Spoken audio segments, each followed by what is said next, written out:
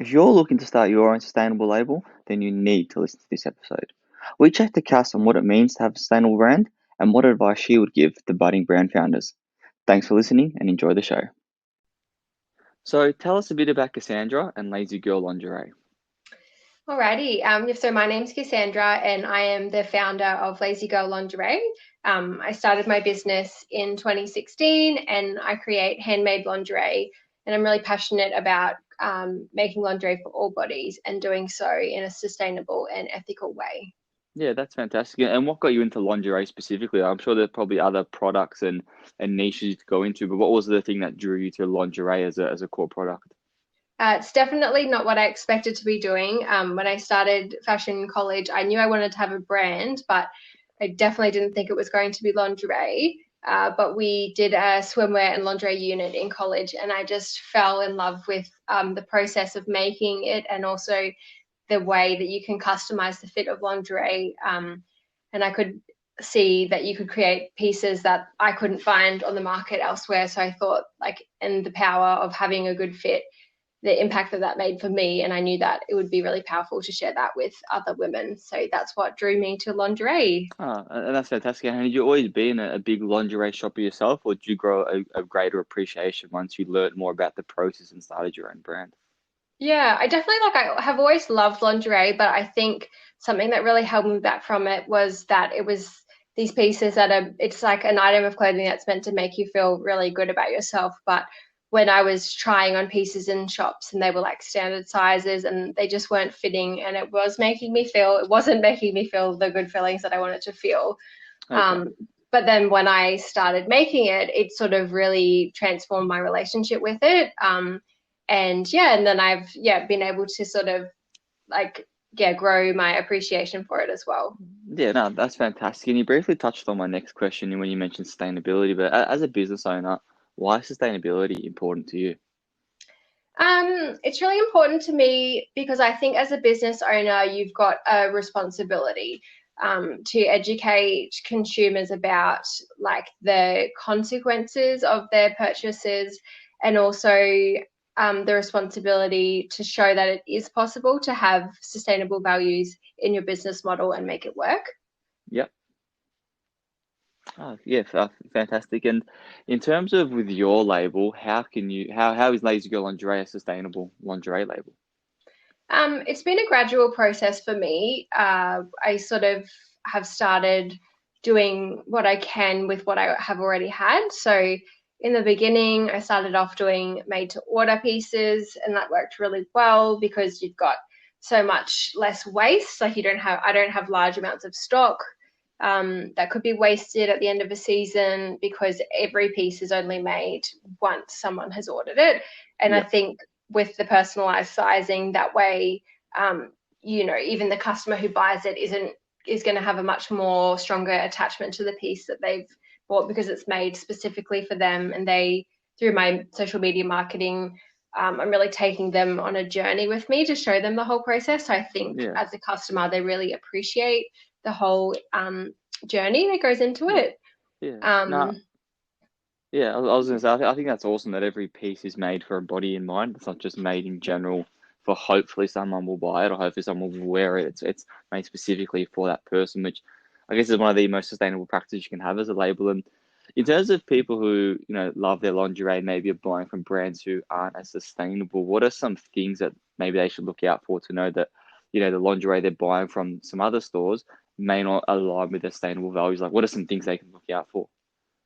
I think a big thing to keep in mind is like a piece can be beautiful, but when you know like the treatment of the workers who have made those pieces, like what conditions they're working in, it can sort of diminish the beauty of something once you know the story behind it. So looking at, like, does that company share their manufacturing process online, and do they disclose like what fabrics they're using, where they're sourced from, and just like their ethos towards sustainability. Are they conscious of it, and are they Yeah. sharing that information and being transparent?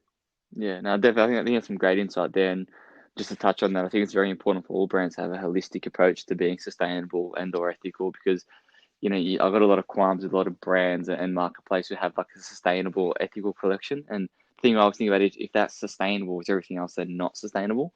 Maybe that's a bit of a glass half full approach. I don't know what your take is on that, but I just feel that if sustainability is such an important thing to a brand and they pertain to be sustainable, why isn't everything sustainable? If that makes sense to you? Yeah. I don't think it's like a box you can tick like, Yeah, yes, sustainable, we're having like a certain line that is sustainable, but then yeah, like ignoring those issues with yeah, like 90% of your other product. And no one's perfect, like I think exactly. even myself, I have such a long way to go. But I think just being like open and sharing those things with your audience, like people do really appreciate that. And they can see that like over time. It's not something you can do overnight, but if over time they've seen your brand make these changes and always striving for better, then I think that's important as well.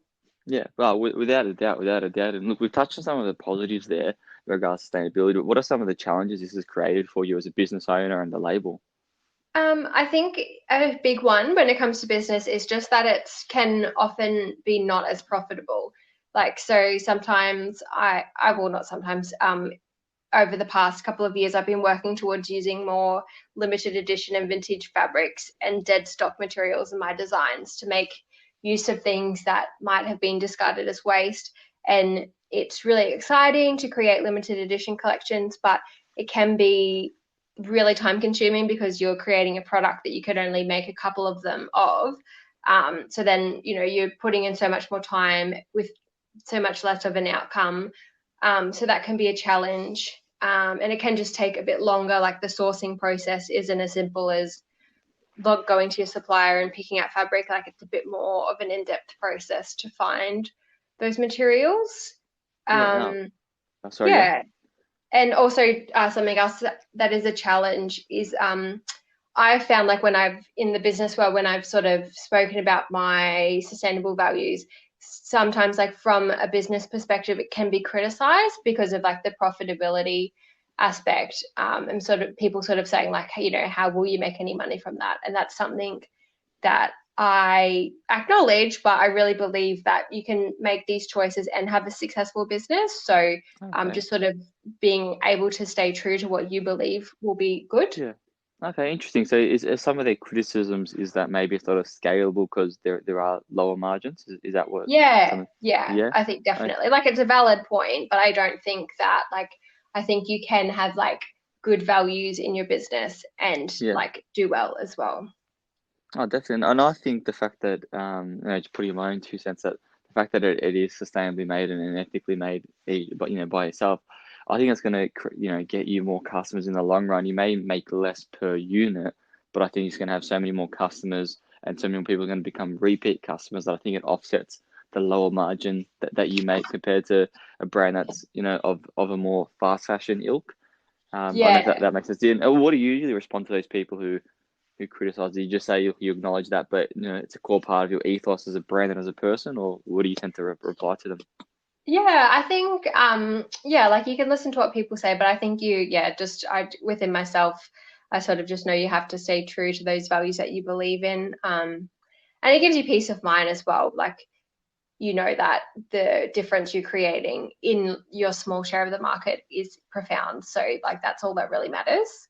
Yeah, no, without a doubt, I couldn't agree more, and I commend you on your steadfast approach to doing this. And we've kind of touched on a bit of my next question, but what are some of the benefits that you found of having a label who's sort of entrenched in sustainability? I definitely, like I said just before, I think when you know that like the work that you're putting out into the world in your corner of the industry is having a positive influence, like you know that you are paving the way for other brands to see that it's possible um, to do business with sustainable and ethical values. That's reason enough for me. But some other benefits are like I feel that I really get to educate my consumers, especially people that love fashion but may have not specifically come to me because I make my pieces ethically or have sustainable interests themselves. It sort of brings attention to issues that they may have not otherwise realized. Yeah. So I really enjoy that aspect of it. And I also find that it keeps me accountable as the consumer. So it makes me think, I really feel that I have to uphold these values. So it's like positive accountability as well. Yeah, no, that all sounds awesome, and there's some of those values that I can echo with Stride too. And yeah, I think it's fantastic what you're doing. And the last question I've got for you today is, what's one piece of advice you'd give to someone looking to create a sustainable label? And maybe yourself, you toiled with the idea for maybe 1 month, 3 months, 6 months, and you're maybe a bit nervous to take that jump. But for people who are considering taking that jump and creating their own label, what's one, or maybe you've got a few pieces of advice that you'd love to share, but what are those things that you'd love to tell someone who was maybe in your shoes prior to 2016? Yeah. Um, I spoke to Be Kind Coco, who is an ethical blogger in the Yeah, fashion yeah, space, and we did a post. It was more about like sustainability as a like consumer, yep, but she had a really awesome piece of advice just around saying like if you wanted to have a more ethical wardrobe, you sort of once you start to be aware of maybe that you've bought pieces and that the treatment of the workers in those factories is horrible, it sort of makes you want to throw out your whole wardrobe and start again with only eco-friendly and sustainable pieces. But that would actually be so wasteful. yep, And I think that sort of applies to business as well. And something that I found a bit of a barrier is not even knowing where to start. But the thing that really worked for me was just starting with what I had. yeah, So, and sharing those steps of the journey, even if it's like the first week you cut out plastic in your packaging, and then like over the next couple of months, you look at what products you could create using more sustainable materials and okay. just do it step by step. Yeah, yeah, yes. Take it a bit more sequential as opposed to being perfect from day one. Yeah, Yeah, it's more it's like anything, like small steps, they sort of change, they add up every day, and then you could look back in a year and you could have really completely overhauled your business to be much more sustainable and having a positive impact on the environment. yeah, no, no, definitely. I think that's a great piece of advice. I think a lot of people, before they start any business or any little side project or hustle, is that they feel as though they need to know everything about everything, and they need to have the perfect business, the perfect website, the perfect product. But I think, like you're saying there, is just getting something that's good enough, that does satisfy your values, but something that you can grow and improve and iterate. And I dare say, how Lazy Girl Lingerie was in 2016 has probably evolved massively in the 4.5 years since. Oh, definitely, Yeah. 100%. And just knowing that all those little small efforts, they do matter and they do make a difference. Yeah, no, definitely. Maybe it's another sort of quick random question like to ask is, what if you're happy to share this? Are there any sort of funny or weird mistakes that you made along the way that you wish someone could maybe learn from? Somewhere you got a bit Oh, of egg on your face and you'd like someone else to maybe learn from that. It doesn't have to be the worst example, but just something a bit more yeah. casual. Because I know there's plenty from my end, and I'd imagine there'd be a lot from your end too. I know. Oh, there's so many mistakes. I guess just like a general, yeah, like sometimes I guess something I struggled with was not feeling like qualified to do what I do. And so Okay. not having, yeah, like not knowing what to do in what order. Um, yeah, and I guess, yeah, and like you said before, like your business really like does transform over a period of years. So you sort of look at maybe, yeah, like your designs from like your first collection, you think, oh my goodness, I would never sell that now. Yeah. But it's just sort of having a bit of humility about it as well, Yeah. and knowing that you do sort of grow and change, and that's okay. Definitely. I think that's a sign of progress there. Like I said, the products maybe you're selling day one compared to what you're selling now, it's an evolution of yourself and the brand. And I think, Yeah, if you are looking at what you're doing maybe 1 or 2 years ago, not thinking that wasn't good enough, then you haven't iterated or developed enough, and yeah. learned along. And what you were just saying then reminded me of a quote that I heard. I can't remember who said it, but a very obvious quote that said the best thing, oh, how'd it go? It's like the best thing you can do to prepare yourself for running a business is running a business. Yes. There's nothing else Yeah. that compares to it. You can watch as many YouTube videos, read as many books and webinars and whatnot, but I think, like you said, there you just got to start and grow along with the journey. I couldn't agree more. And I think like I definitely probably started when I probably could have spent a bit more time like learning about the business aspect of things. But yeah, I think I really love to just throw myself into things and then I'm forced Yeah, to figure out how to make it work. But I think that worked in my favor because if I waited 6 months, 12 months until it was the perfect idea. Like that's 6 to 12 months less that I had learning opportunities through Exactly. actively running the business. Yeah. Yeah, spot on. Yeah, you would have learned so much in the journey, and yeah, it was great hearing today your thoughts on your journey and learning more about yourself, the brand, and sustainability, which is a very important part of our world, not just fashion, but yeah, the world overall. So Yeah. a big thank you today, Cass, for joining us Oh, today and sharing your thoughts, and I'm sure everyone would have got a lot of value out of the plethora of sort of insights you gave today. So thanks again, Cass. thank you Uh, so much for uh, having me. my pleasure. Take it easy.